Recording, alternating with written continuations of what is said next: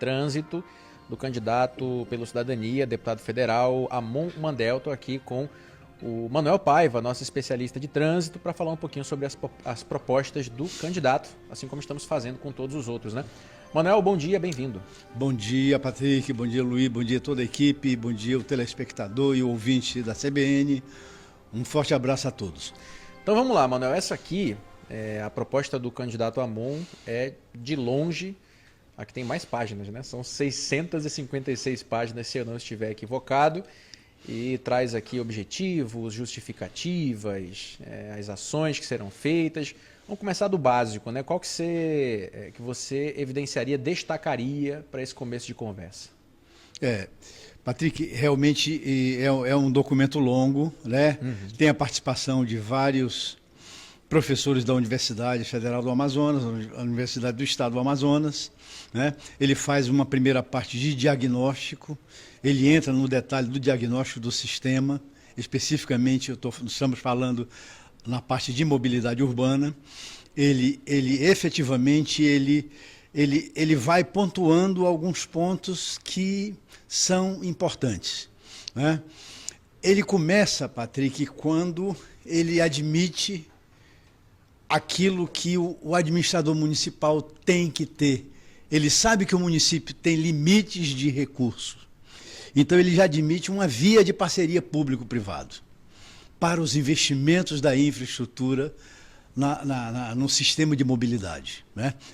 A primeira que ele faz, que é a modernização, ele vê a necessidade da modernização da infraestrutura do transporte público e vê isso como uma questão de investimento, né?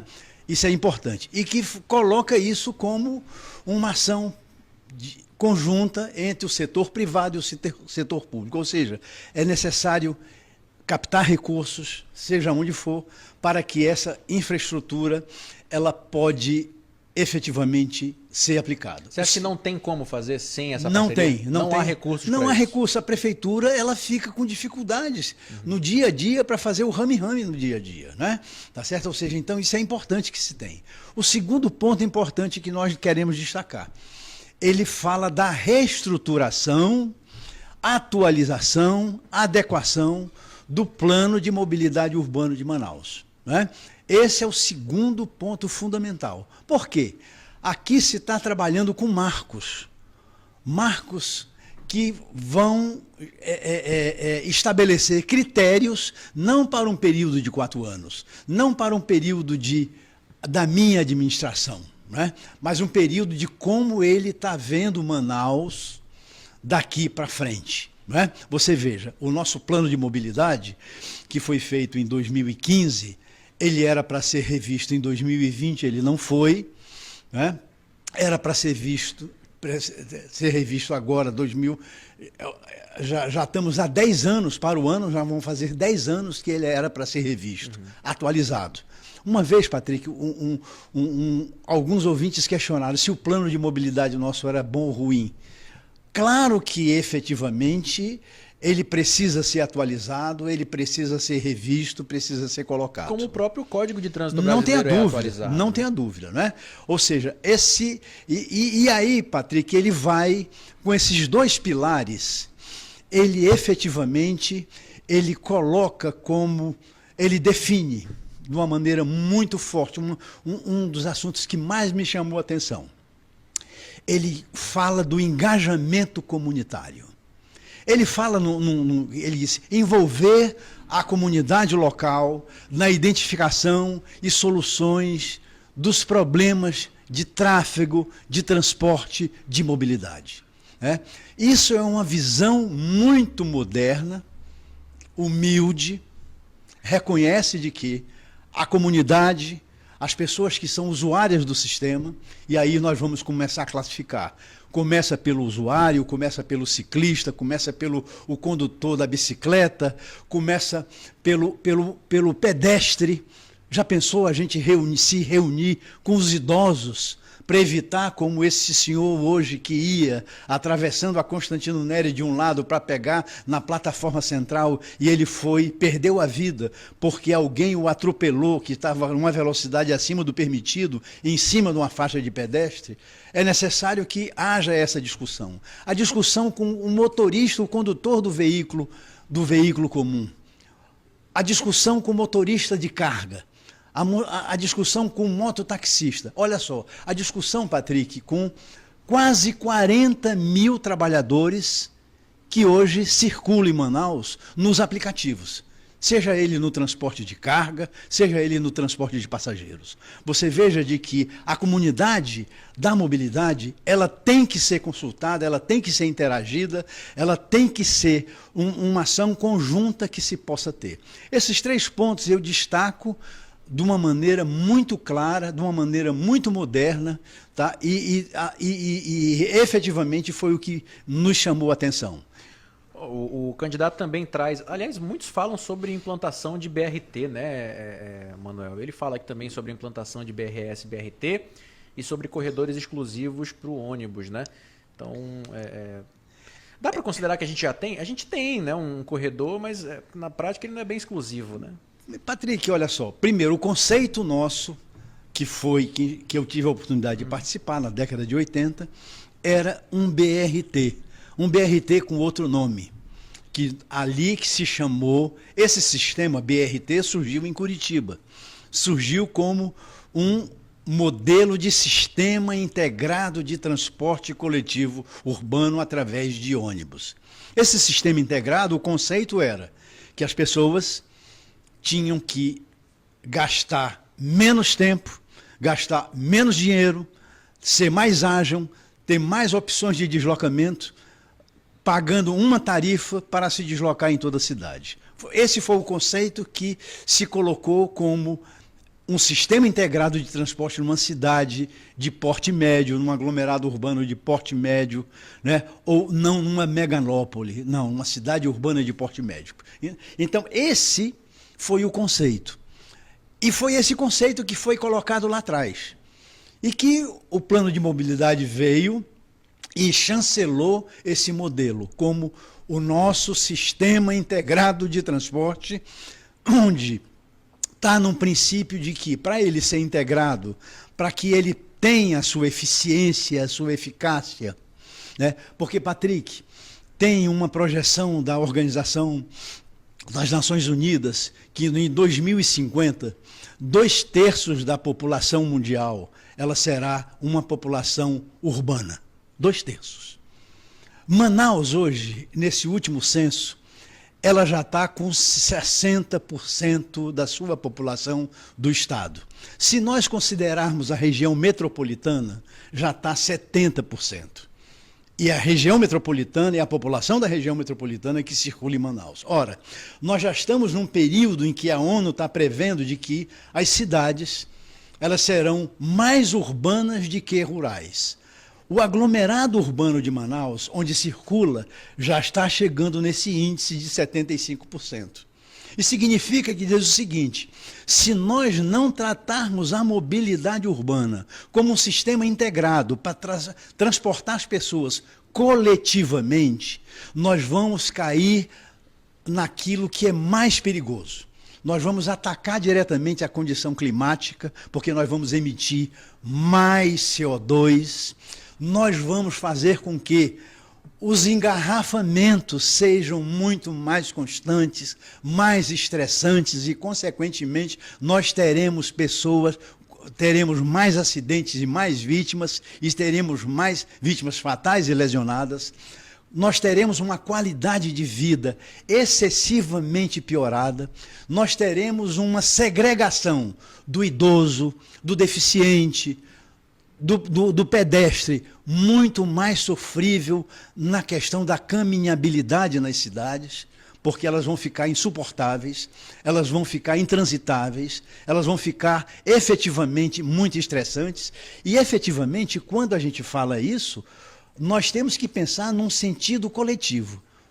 Para fechar, o BRT é hoje o sistema mais barato para que nós possamos, para programar, daqui a 4 anos, eu vou ter uma meta de diminuir o número de acidentes em Manaus, de diminuir o número de vítimas. Eu vou ter uma meta daqui a 4 anos para que mais pessoas possam utilizar o transporte coletivo urbano, seja ele por fretamento, seja ele no transporte executivo, seja ele no transporte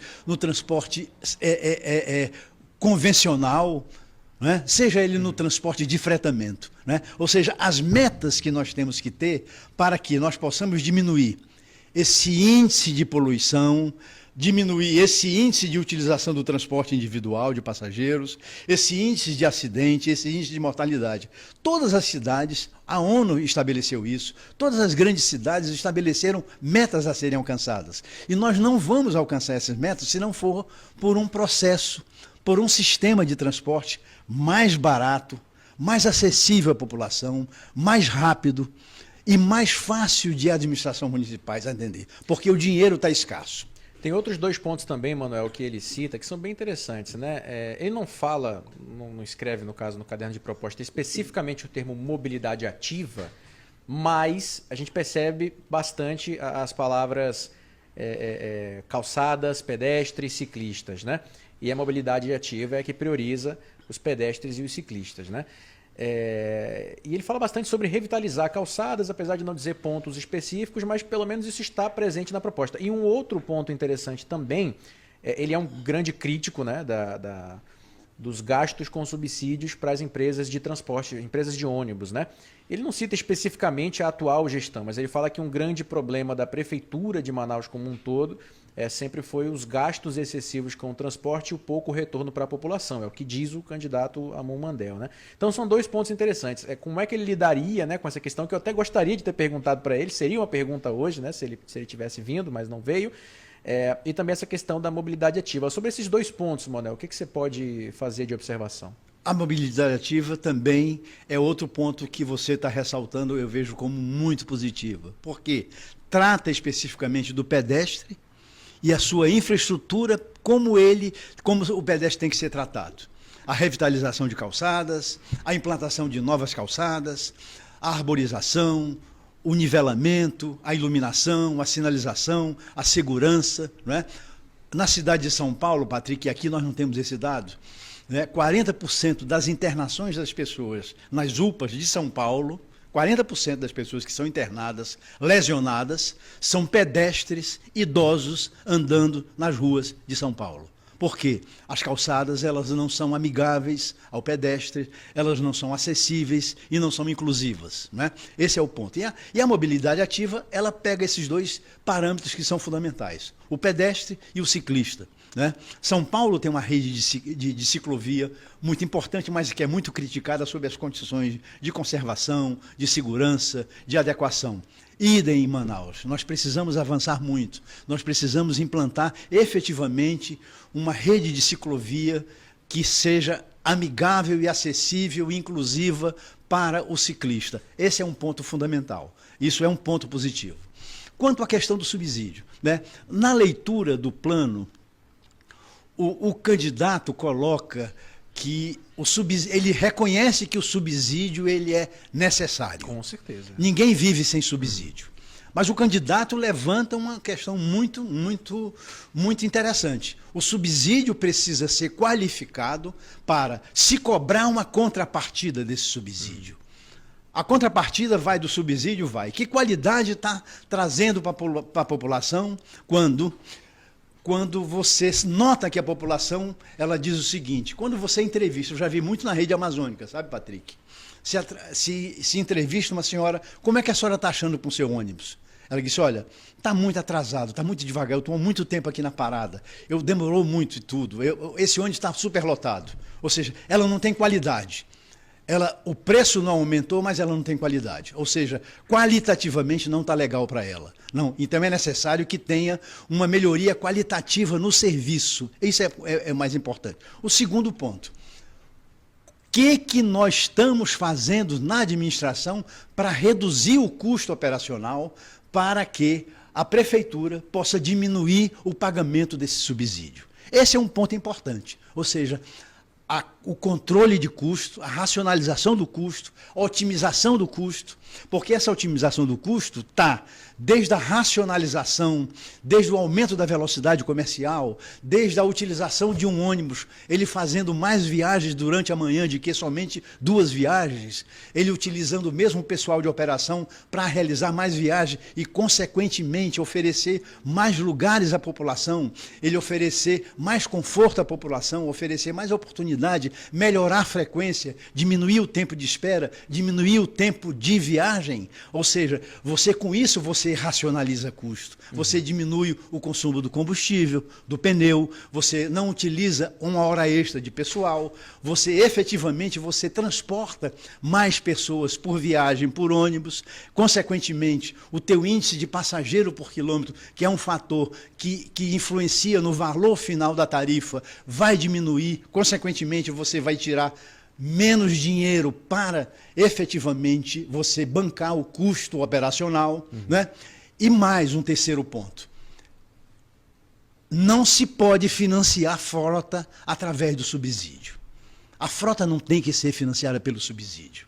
A frota tem que ser financiada pela remuneração do capital investido das empresas, pela depreciação de material. É assim que é calculado, é assim que é estabelecido. Quando o empresário precisa isso, ele já está remunerando o seu capital, né? Tanto é, Patrick, que um dos parâmetros, quando se fala nessa questão de tarifa zero, o empresário disse, olha, o meu custo aqui do sistema são 70 milhões de reais por mês, o custo todo do sistema. Só está faltando incluir a minha remuneração de capital e depreciação do meu equipamento. Então, por isso é que essa racionalização do custo é adequada e real e precisa ser feita. Manuel Paiva, te agradeço por ter comentado um pouco das propostas, né, do candidato, que é o que a gente tem feito aqui durante a semana. E amanhã a gente retorna para falar sobre as propostas do candidato pelo PT, Marcelo Ramos. Grande abraço, boa quinta-feira.